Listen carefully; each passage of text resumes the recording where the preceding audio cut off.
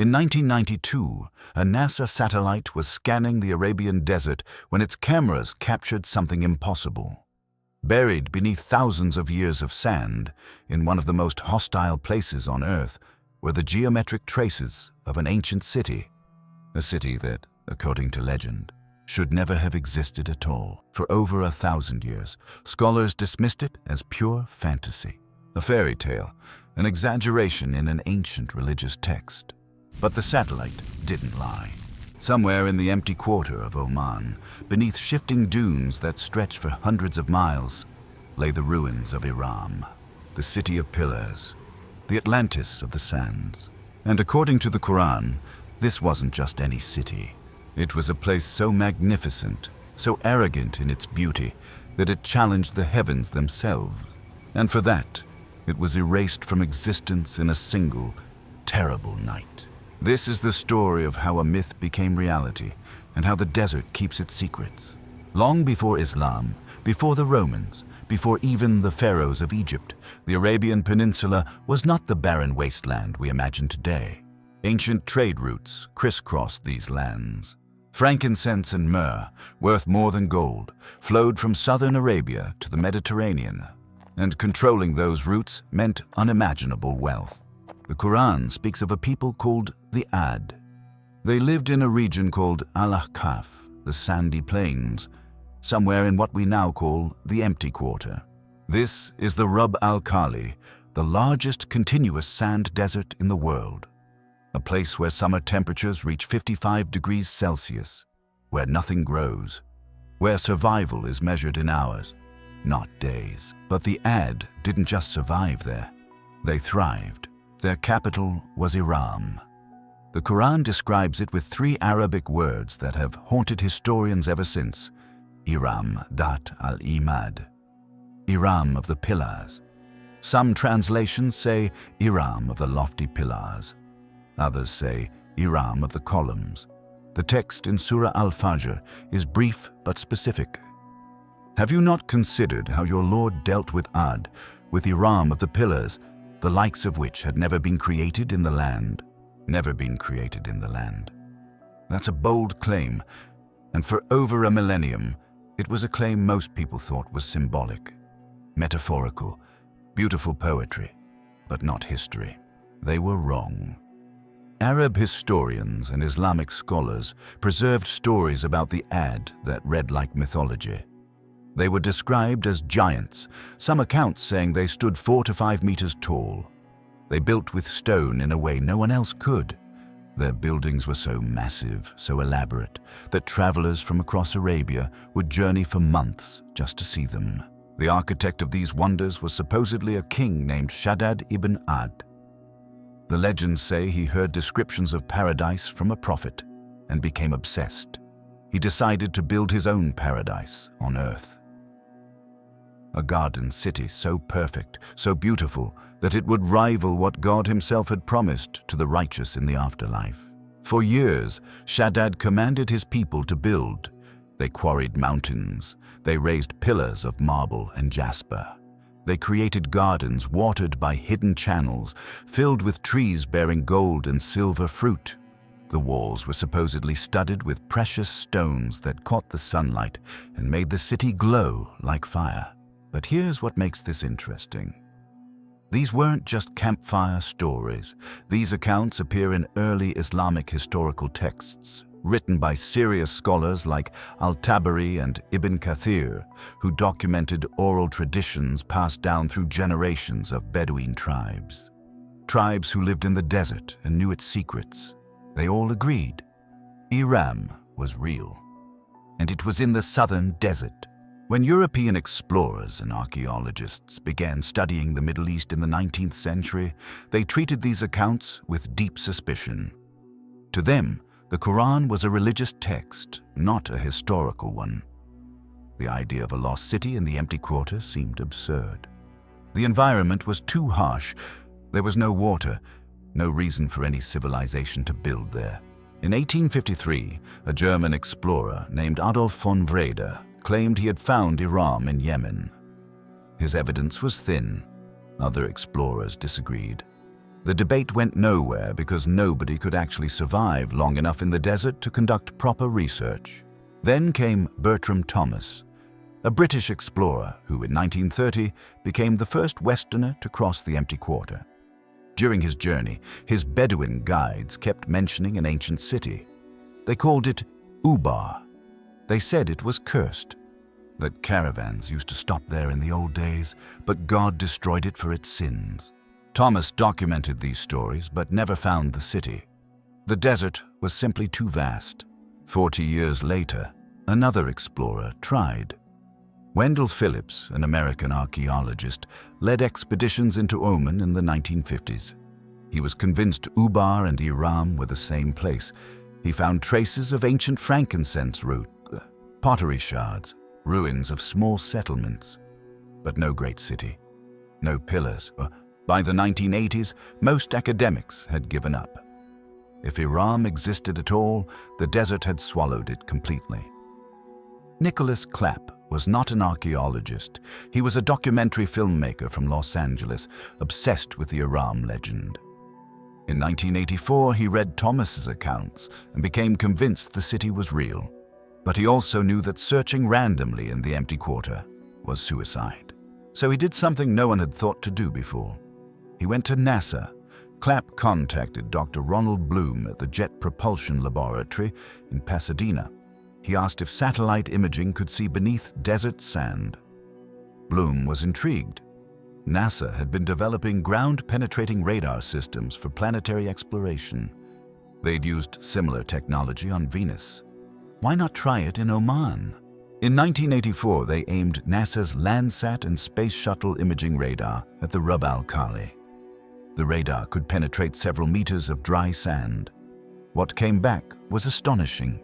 Beneath the dunes, the images showed ancient tracks, trade routes, caravan paths worn into the limestone bedrock thousands of years ago, now buried and invisible to the human eye. And these routes converged. They all led to a single point in southern Oman, near a modern settlement called Shisr. Clapp assembled a team. Archaeologists, including Dr. Juris Zarins from Missouri State University, joined the expedition. They brought the satellite images and ground-penetrating equipment. And in 1992, they started digging near Shisr. What they found changed everything. Beneath the sand at Shisr, they uncovered the ruins of an octagonal fortress, massive walls, 3 meters thick, towers at each corner, and inside the walls, evidence of a sophisticated civilization, pottery from Rome, from Greece, from Persia. This wasn't just a desert outpost, this was an international trading hub. But the most important discovery was water. Beneath the fortress was a massive limestone cavern, a natural water source that had once fed the surrounding area. The fortress had been built directly on top of it. And then something catastrophic had happened. The limestone had collapsed, the ground had given way, the fortress and everything around it had partially fallen into the cavern below. The water was gone. Without water, the city died. Carbon dating placed the collapse somewhere between 300 and 500 CE, but the site had been occupied for much longer. Evidence suggested settlements there going back to 2800 BCE. So, was this Iram? Here's where it gets complicated. What Clapp's team found was definitely significant. The fortress at Shisr was clearly important. It matched Bedouin legends of Ubar. But Iram of the Pillars, the grand city described in the Quran, the ruins were impressive for a desert fortress, but they weren't exactly, the likes of which had never been created in the land. There were no towering pillars, no marble gardens, no evidence of the legendary scale described in Islamic texts. Some archaeologists proposed a different theory. Maybe Iram wasn't a single city. Maybe it referred to the entire Ad civilization. Or maybe the word Iram actually meant pillars themselves, referring to the tall rock formations common in that region. Dr. Zarin suggested Shisr was an outpost of the larger Iram complex. Perhaps the real capital was still buried somewhere deeper in the desert, where no satellite has yet looked. Others argued the Quranic description was metaphorical, that pillars referred to the strength of the people, not literal architecture. But here's what we know for certain. The Quran mentioned a specific place called Iram. It described it as an ancient, powerful civilization in the sandy plains of Arabia. It said this place was destroyed as divine punishment. And for over 1,000 years, skeptics said this place never existed. Then satellites proved there had been a major civilization there, one that collapsed suddenly, one that was then buried and forgotten. That's not proof of every detail in the legend, but it's enough to make you stop calling it fantasy. According to Islamic tradition, the Ad didn't fall because of a natural disaster. They fell because they refused to listen. God sent them a prophet named Hud. He was one of their own people. He warned them that their wealth had made them arrogant, that they were oppressing the weak, that their power had made them believe they were untouchable. The people of Ad laughed at him. They pointed to their city of pillars. They pointed to their armies. They asked, "Who is stronger than us?" The Quran records their challenge in Surah Fussilat. As for Ad, they were arrogant throughout the land without right and said, "Who is greater than us in strength?" Did they not see that God who created them was greater than them in strength? Hud warned them repeatedly. Some accounts say he preached for years. A small group believed him and left the city, but the majority stayed.